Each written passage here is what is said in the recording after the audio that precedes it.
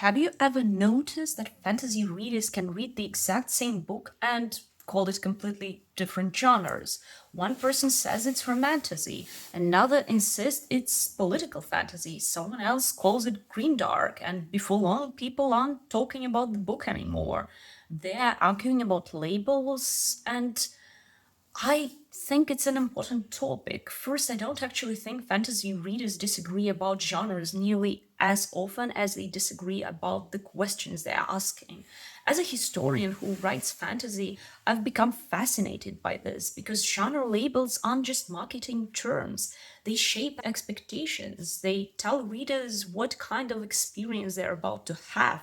And when we use those labels loosely, everyone ends up disappointed, one way or another. Today, I want to look at four fantasy genres that I think readers confuse most often, and why those distinctions actually matter, without putting those genres down, because I don't think one is inherently better or more elevated than the other.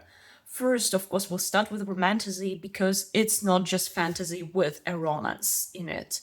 This is probably the most misunderstood label in fantasy today, probably also because it's quite new. According to the internet, if your novel contains one kiss, one dragon, and one emotionally unavailable man or woman, congratulations, apparently it's romantasy now and nothing matters. I don't think that's very helpful because fantasy has always contained romance. The Wheel of Time has romance, plenty of it. The Witcher series has romance, also plenty of it, and explicit scenes. Kushal's Legacy has explicit relationships and some of the most memorable romances in fantasy, but that doesn't automatically make those books romantasy. Here's the question I always ask instead: what is the story about? Is the central engine of the novel two people falling in love or failing to fall in love? If everything revolves around that relationship, you're probably reading a romantasy. But if the central story is a conspiracy, a succession crisis, a war, or someone trying to save a kingdom, then romance may be incredibly important without becoming the defining plot. That's why I think Kushala's legacy is first and foremost political fantasy. The relationships matter enormously. They are in the center, and oftentimes they are explicit, but they're not the engine driving the story. And that distinction matters because readers pick books based on expectations. Someone looking for political intrigue may avoid a wonderful novel because it's been labeled as romantasy. Someone looking for a sweeping romance may be disappointed when they receive a dense political conspiracy instead. And neither is wrong. At least I don't think they are. The labels simply fail them. The reason I started thinking about this was because I kept seeing Kushal's Legacy, especially the new edition, described as the ultimate romantasy.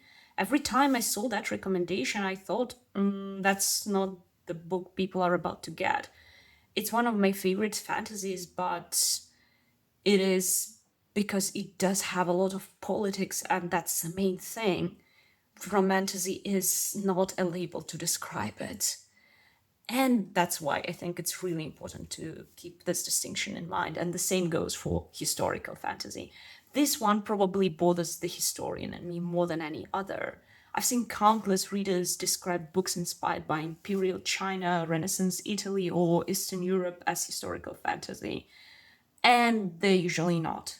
They are fantasies set in a secondary world, inspired by history. And there is an important difference here. Historical fantasy takes place in our world. It starts with real people, real places, real events, and then asks what happens if magic is real. Think Temeraire, the Napoleonic Wars, but at dragons. Or Jonathan Strange in Mr. Norrell, real England, real history, magic quietly woven into it. Second world fantasy works differently. It creates an entirely new world. Maybe this empire reminds you of Venice, and it probably does. Maybe another country resembles Poland, Sintra. Maybe its court feels unmistakably Tang Dynasty China. Those inspirations are absolutely there, but Venice isn't actually Venice, China isn't actually China, and Poland is not really Poland. That's fantasy drawing from history, not historical fantasy. As someone who loves both genres, I think the distinction makes recommendations much easier. And that's why I try to separate the two, because inspiration doesn't necessarily mean that the novel itself is actually historical fantasy. And the same goes for political fantasy, which isn't fantasy with a king. Kings are everywhere, obviously, queens too, princes, princesses, ancient dynasties are fantasy. That doesn't automatically make a novel political fantasy. Political fantasy isn't defined by the existence of a court, it's defined by what the characters are trying to achieve. Are they solving problems through diplomacy, manipulating alliances, building coalitions, destroying reputations? Are these people trying to actually overthrow a king or a republic? Are they winning without drawing a sword? That's political fantasy. Sometimes the most important battle happens around a dinner table, not on a battlefield. That's why I love the genre so much. Done well, political fantasy turns conversations into duels. Every scene becomes a move on a chessboard. The tension isn't about who swings the biggest sword, it's about who understands people best. Although, let's face it, I love those who swing the biggest swords in Final Fantasy. But in general, political fantasy doesn't revolve around swinging big swords. And the same goes for grimdark. This is another label that gets thrown around constantly. A tragic ending doesn't automatically make something grimdark. Neither does violence or morally great characters. What makes grimdark feel different to me is its worldview. Dark fantasy asks whether hope can survive terrible circumstances.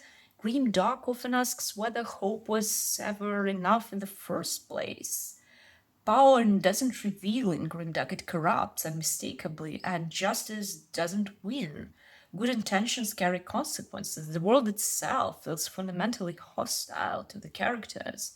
That's a very different emotional experience from simply reading something sad or reading a lush and dark fantasy that is not grimdark.